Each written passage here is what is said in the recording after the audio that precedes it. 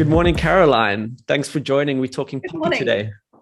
Hi. Yes. Yes, it is topical. Yes, it's very topical, and I'm very excited to talk about it. So thank you for agreeing to join. Yeah, no, absolutely. Thank you so much for the invitation.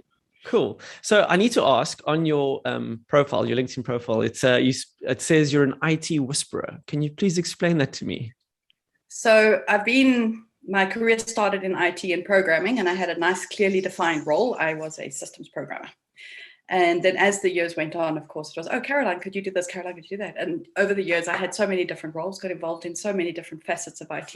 And eventually, I found my job description and my role description ended up not matching what I was doing very much at all. And I became quite frustrated with that. And then when I moved into consulting, it became worse.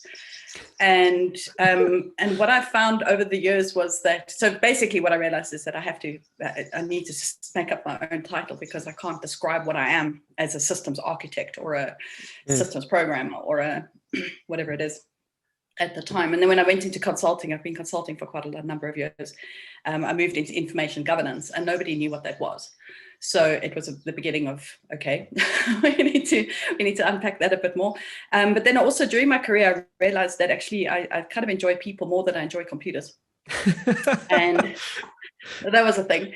But fortunately, I realized that most of my roles in IT, and even obviously in consulting, was around managing people, talking to people, helping people, communicating.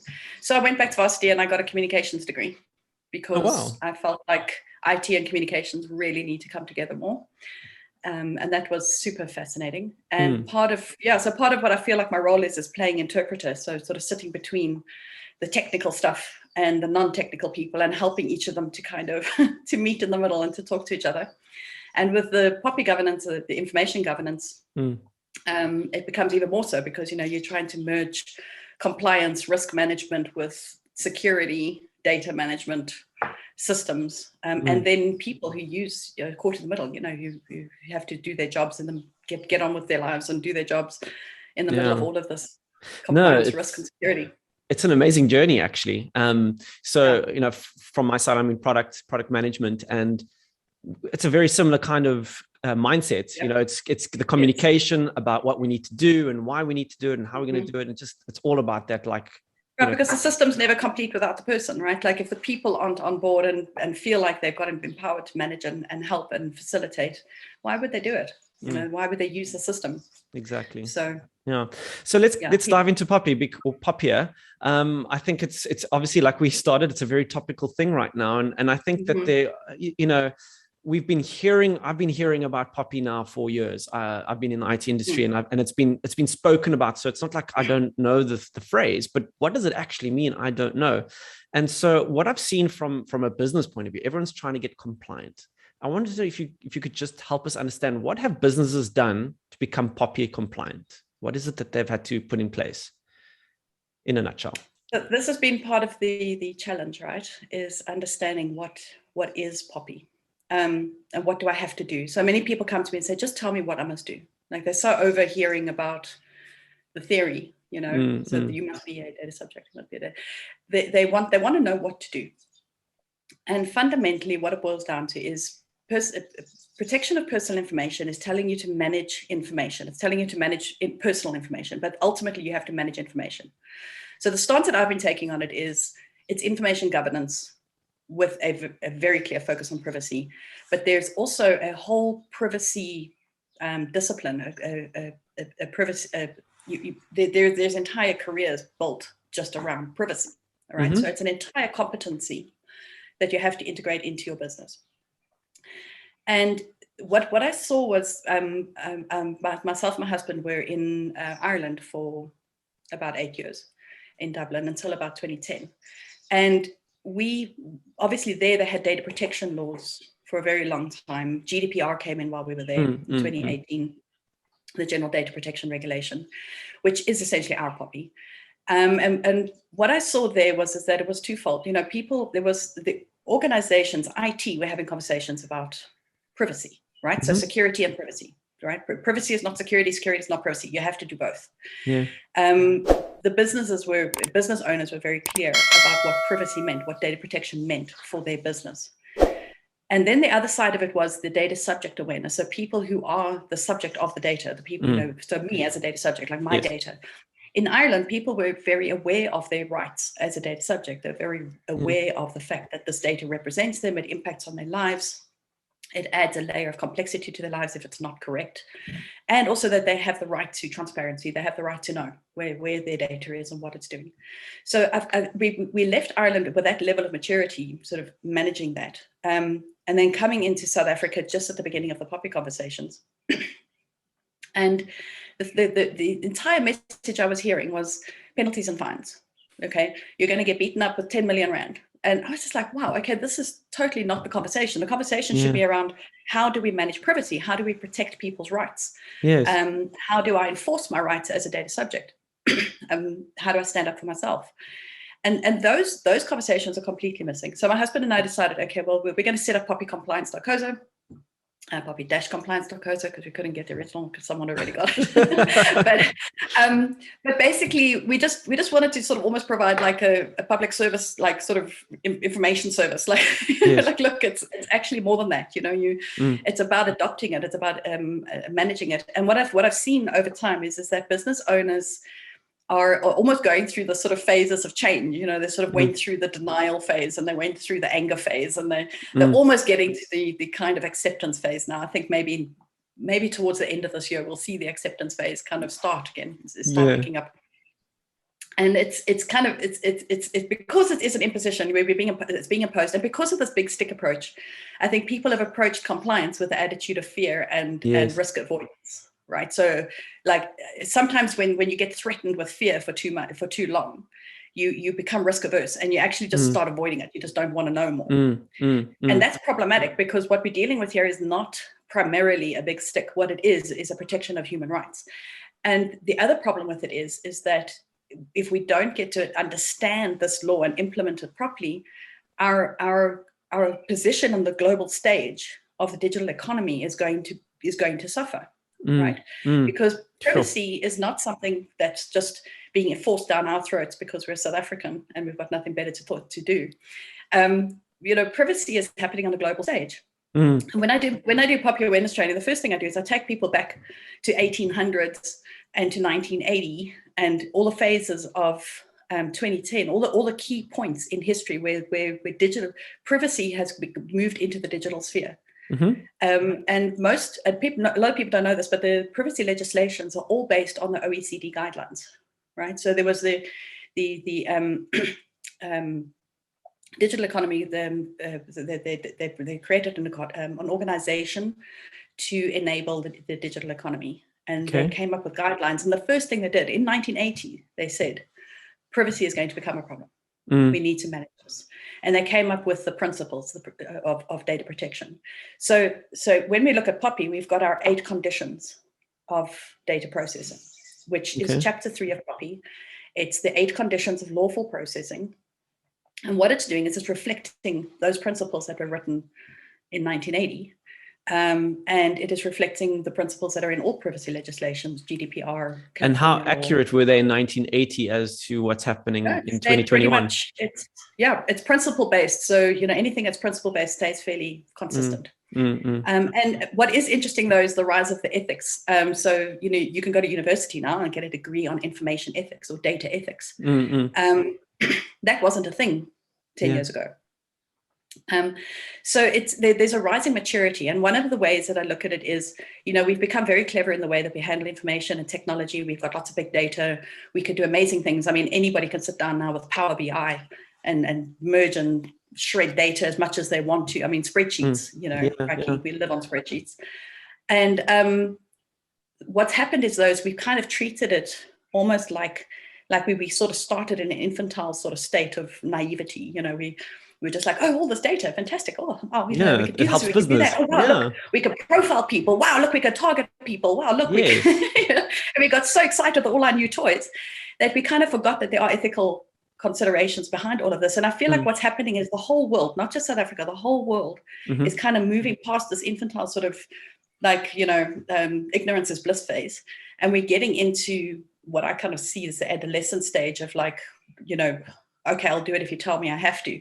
And hopefully we'll get into a stage where people are actively embracing privacy and understanding the importance of it as a global economic question, and also as a human rights and ethical situation. Sure. So how do I get compliant? That was your question. Well, yeah, I mean, it's so fascinating. I wanted to know kind of, what have companies done to become compliant? Because everyone's like, oh, we're getting compliance. So like in a nutshell, what did that mean? And what does that mean now for, as you call, data subjects? I don't think we've ever used that term in our day-to-day life. Yeah, there's a lot of new terminology. Yeah, I mean, there's even talk. I mean, I've seen WhatsApp groups, people saying, "Are you okay with being in this group?" So, like, what does this all mean? You know, like, how's it all coming together? Yeah. So, I think so what do you have to? What are companies doing to become compliant? There's very practical considerations. The first thing is you have to understand the law, and I think just download it and read it. That's my advice to people. Right. Okay. So if I give training, I literally open the act and I said, this is the act. You must look at it. You must read it. It is not an onerous piece of legislation. Okay. It is readable. Okay. You've got to read the act and the regulations together because they are the law. All right. The combination of the act and the regulation. Now, when you're reading through that law, there's terminology and definitions, and some of the stuff that you've really got to be clear about is what are the role players, right? So what role do you play in this legislation? Now, first of all, we are all data subjects because we all have the constitutional right to privacy, all right? And the other role that we have in there is the responsible party. The responsible party is the organization that collects the data. They call the shots. They decide why they're collecting the data. They want the data for a reason, for a business purpose, or for a charity purpose, or whatever it might be. You have a purpose. You collect this information about people. You manage it. You decide how it should be managed. And maybe you outsource it to other service providers. But ultimately, you are the responsible party. And it's really important to know when you are the responsible party.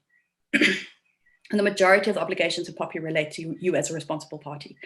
Now, every organization is a responsible party because every organization manages information about their own employees at a minimum. To some extent, we are. Or if you're a charity, it's your volunteers. If you're a school, it's the pupils, it's the parents, it's the board.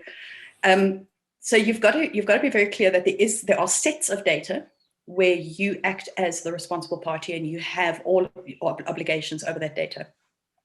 And what are those obligations? It's essentially to protect it, to make sure that you're not being willy-nilly, right? That you're thinking about it, that you've got some consideration for the fact that this represents people's lives, all right? That this represents people.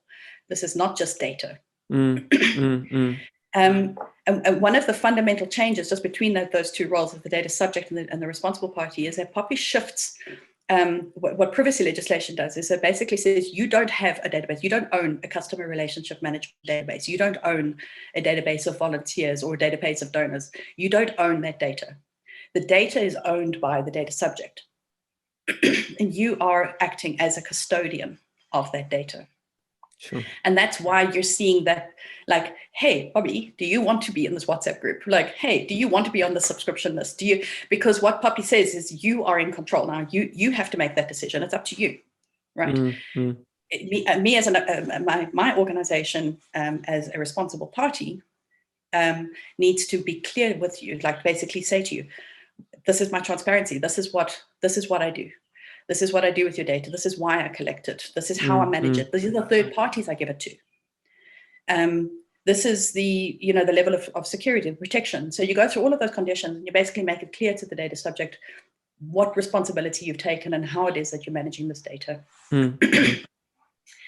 There are, of course, the one thing that POPI does is it sets accountability. The number one condition is accountability.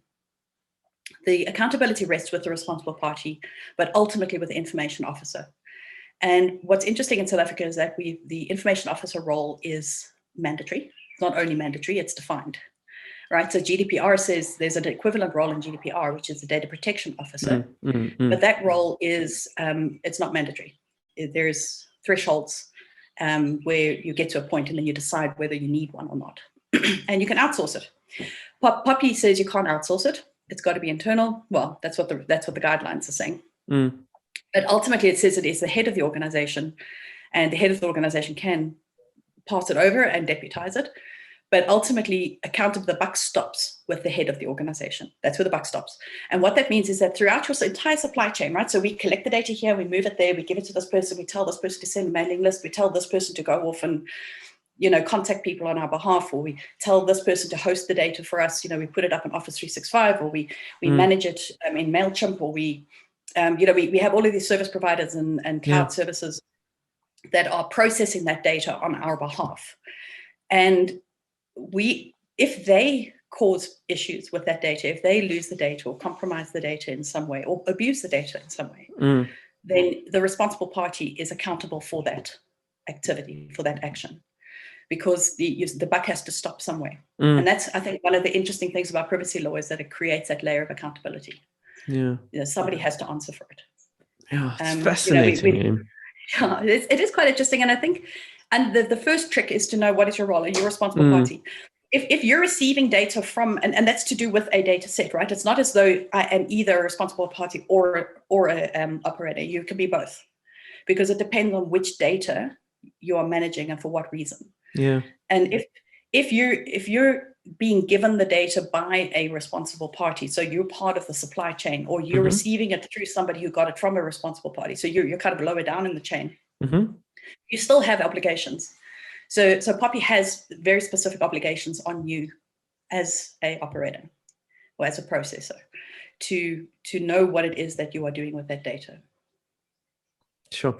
So when we were chatting about coming and doing the podcast, you spoke about the importance of design by privacy. I think it was, you called it privacy by design. There we go. Thank you. And it kind of makes me wonder, and really, because I'm very much in the startup space now. I know that we've got these massive banks and organizations and corporates that have tons and tons of data. I'm curious about the startup people, the mom and pop shops, let's call them, for the lack of a better term. Data helps people understand their business, especially in the early phases. What do we tell them? How do we help those early stage startups to say, this is what you need to do to make sure that you're compliant, even though, you're in a very uncertain environment in terms of your startup or your new business?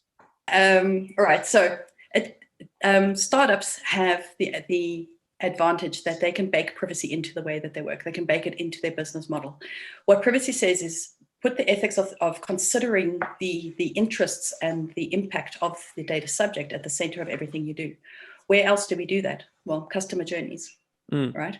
100%. We do that in UX. Yes. We do that when we are talking about our marketing, when we're talking about profiling people, creating personas.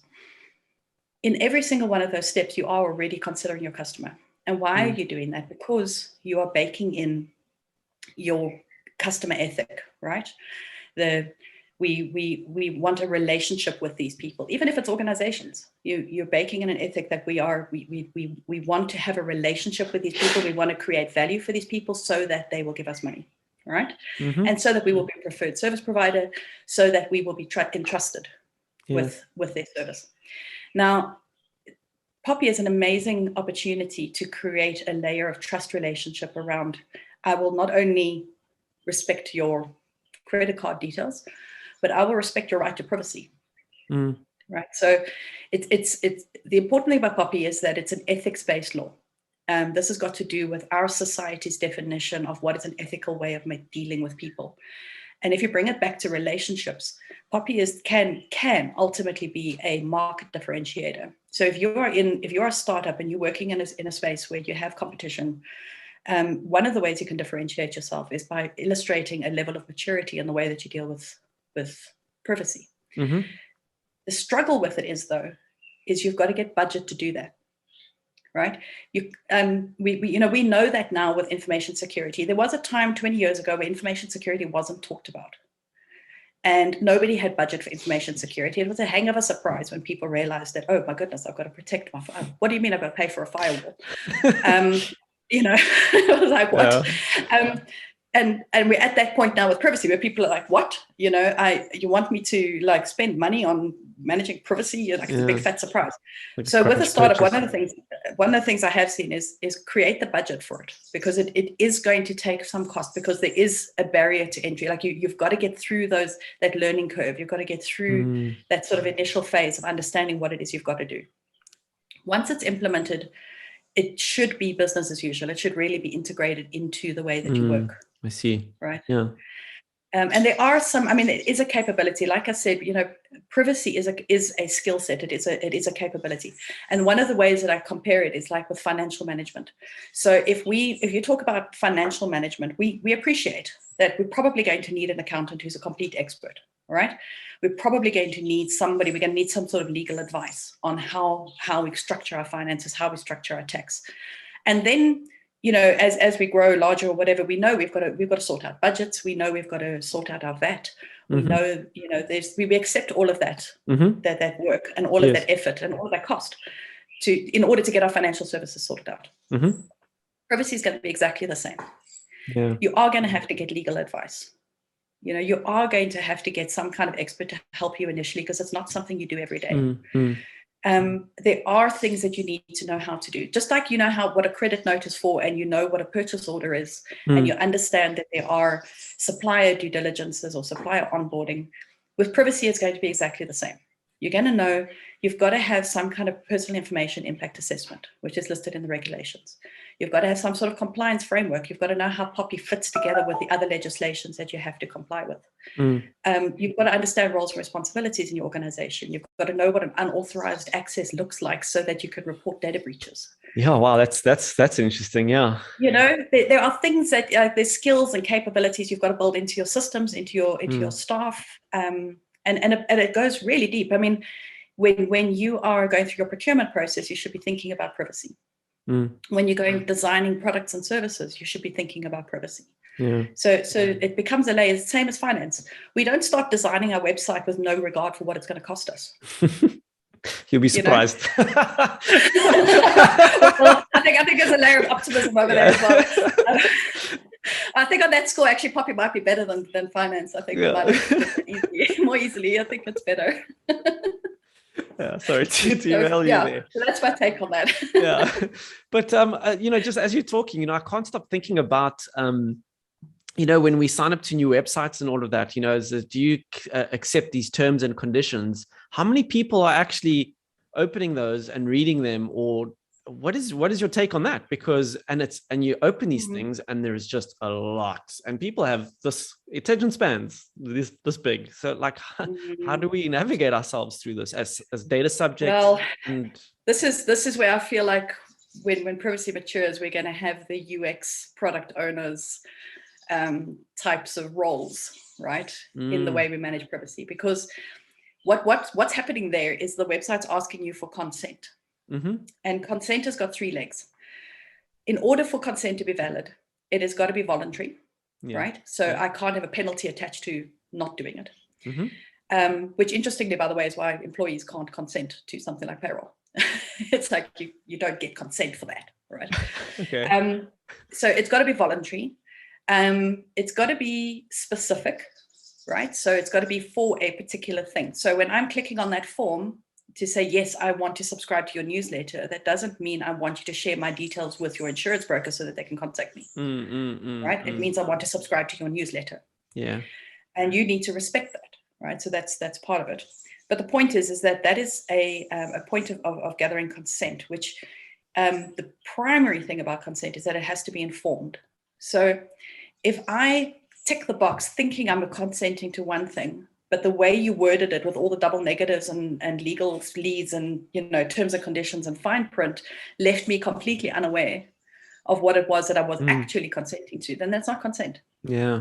You can't stand over that as a responsible party and say, oh, well, they clicked the box, so therefore they no, if it wasn't obvious to the person, the acid test is, does the person think that's what they consented to? That's the acid test. It's very subjective. That's so interesting. But I love that you brought UX into that. So clear. Yeah. Yeah, that's the thing. No, but that's what I love, why you brought up UX in all of, because there's going to be a whole new element to people that they should be considering when they're designing user journeys and flows and stuff like you brought up. So interesting. So what does a person do when they feel like there's been a breach? Which person? The data subject or the responsible party or the operator? Ooh, I want to go for data subjects because I think that the organizations feel like, you know, they've got the lawyers and they've got all the kind of, they've put all their stuff in place. It's the data subjects, it's the person on the street that has the least understanding, I imagine. So I know that there's a lot of emphasis that's placed on the 10 million rand fine and the 1 million rand fine, but actually the majority of POPI, the penalty that is attached is civil action. So civil liability. What POPI says is that if I feel that you have, what's the actual wording? It's quite an interesting wording. If you have, basically, if you haven't, it's almost like if you've messed with my privacy, right? Like if you've messed with my right to privacy, I have a right to complain to the regulator, and I have a right to start a civil lawsuit against you if I feel aggrieved, you know. So, and again, it's very subjective, right? Now, the civil liability thing, we don't have a very litigious society in South Africa on the whole. However, what POPI does do, and so I think I always say to companies, look at this in terms of your risk appetite, look at it in terms of your risk base, like what realistically, how likely is it that your data subjects are going to be type of people who are going to sue you. However, what POPI does do is first of all, it allows for class action because it's an ethics-based law. It's a human rights issue. And the other thing it allows is that if I can't afford to sue you, I can approach the regulator and they will start the civil action on my behalf. Okay. And then, of course, the regulator themselves, in receiving a complaint, would obviously launch an investigation as well. Now, with all of that, the one thing I do always say to people is bear in mind, even as a data subject, no rights are absolute. Okay, nobody's rights are absolute. And what POPI does is, I think it's very fair, is that, and probably even more fair, I think, than GDPR, well, fairness in the sense of there's more leeway for discussion. There's more like sort of context for discussion. So the information regulator's role is to protect the rights of data subjects, right? Not to stop commerce, right? Yes. They're not there to tell you that you're not allowed to do stuff.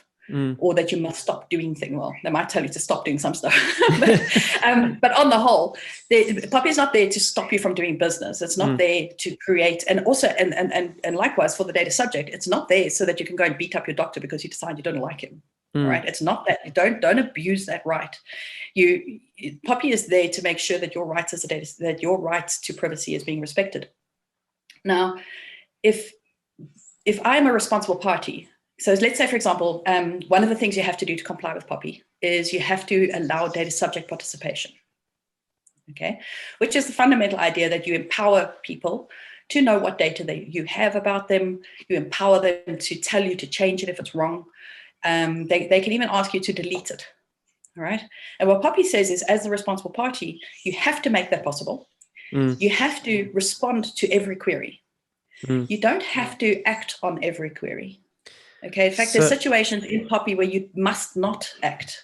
You know, there are times when you don't obey, like follow the order of the data subject. It's not absolute. Yeah. I'm sorry. I just wanted to say that, like, I'm trying to remember which project I was working on, but a user asked, "Can you please delete my information, my information, and can you prove it to me that you've done that?" And we were gobsmacked. We were like, "Oh no, how do we prove that?" How do we prove that? How do we prove that you're no longer deleting is not something we're good at. But how does one prove it? Like, here's our database. Can you see that you're not on it? I mean, that's quite an interesting. What do you do? What do you do? Yeah. A lot of people got very, very stressed about this idea that, oh, people can tell me to delete their data. Oh, you don't have to do it if you have a legal basis, right? So if there's a good reason why you should have that data, then you feed that back to the person. You say, look, you know, we have a good reason for having this data. We can't delete it. There's legal reasons why we have to keep it, whatever it might be. And that, by the way, is the justifications. All right. There's essentially 4 types of justification. Consent is one. And if you were relying on consent for that data, you pretty much have to follow what that person said. So I always say to people, don't rely on consent if you don't have to, because consent is not your friend. Okay. Consent is the friend of the data subject. Nonetheless, so if the data subject comes to you and says they want you to delete their data, if I go to a records management company And they tell me, but they will ask me, what is your retention schedule for these records? Okay. And that is literally just a list that says, these are all the types of records I keep, all the data, all the bits of information I keep, and this is how long I have to keep it for, and this is the reason. All right. But at the end of that point, what POPI says is that once that reason ends, once that date comes, you have to delete it. And I know that we don't like to do that. We don't like to delete data. So that's one of the ways you can comply with POPI is draw up a retention schedule, make sure all of your data is being kept according to a retention schedule. And when you no longer have a good reason for having it, get rid of it. All right. Now, if you go to a records management company and they say to you, it's time, it's time to destroy this data, this paper or whatever it is, what they do is they give you a destruction certificate. So they give you evidence that the data has been destroyed. So if it was paper, they would say to you, it has been destroyed by mulching or whatever way. Or if it is hard drives from multifunction scanners, CCTV footage, all of that type of thing, any electronic devices, if you're destroying that, you've got to destroy it according to a particular standard. You don't just dispose it. Okay, no, there's standards for this. Didn't even think about that. So yeah, so the destruction certificate gives you confirmation of how was this information actually destroyed. Okay, now with deleting data, you would do similar things that you would say, right, we had your data in all of these places. We have now removed your data from that. Short of a physical audit, there's no way for the person to absolutely verify it. But by you giving them that piece, that reassurance that it has been deleted, if the regulator were to come and do if there were any sort of audits on you, we would expect to not see that data there. Right. So that's part of it. However, you might find that there are some types of data that it's just not possible. I mean, to delete it, we might have legacy systems that have been locked down. We can't touch that data without breaking the whole thing. And we need it for whatever reason. That happens. As an IT whisperer, you understand that. Yeah. Sometimes, with backups and the way that we do synchronization of data and real-time failover and 100% availability and all of those nice things makes it very, very difficult to actually delete all the data. We have tape backups in storage. It's like there's just that data could be anyway, but at least be open about that and say, look, we could delete your data off of our active transactional systems or off of our mailing list or whatever it is, but we can't go back and delete it or whatever. A very important thing though, is if you, for example, have a service provider who's providing you with managing your mailing list, for example, as soon as that contract ends, they should give you verification that they've deleted all the data they gathered from you. Sure. Right? Because they no longer have a purpose for that data. They no longer have a reason to have that data, right? Your mailing list. If they don't have a contract with you, they don't have a reason to have it. So they should give you confirmation. You must ask them for confirmation that they've deleted that data. Sure. When you have a contractor that comes in, and having been a contractor a lot, I know how much data contractors end up with on their laptops.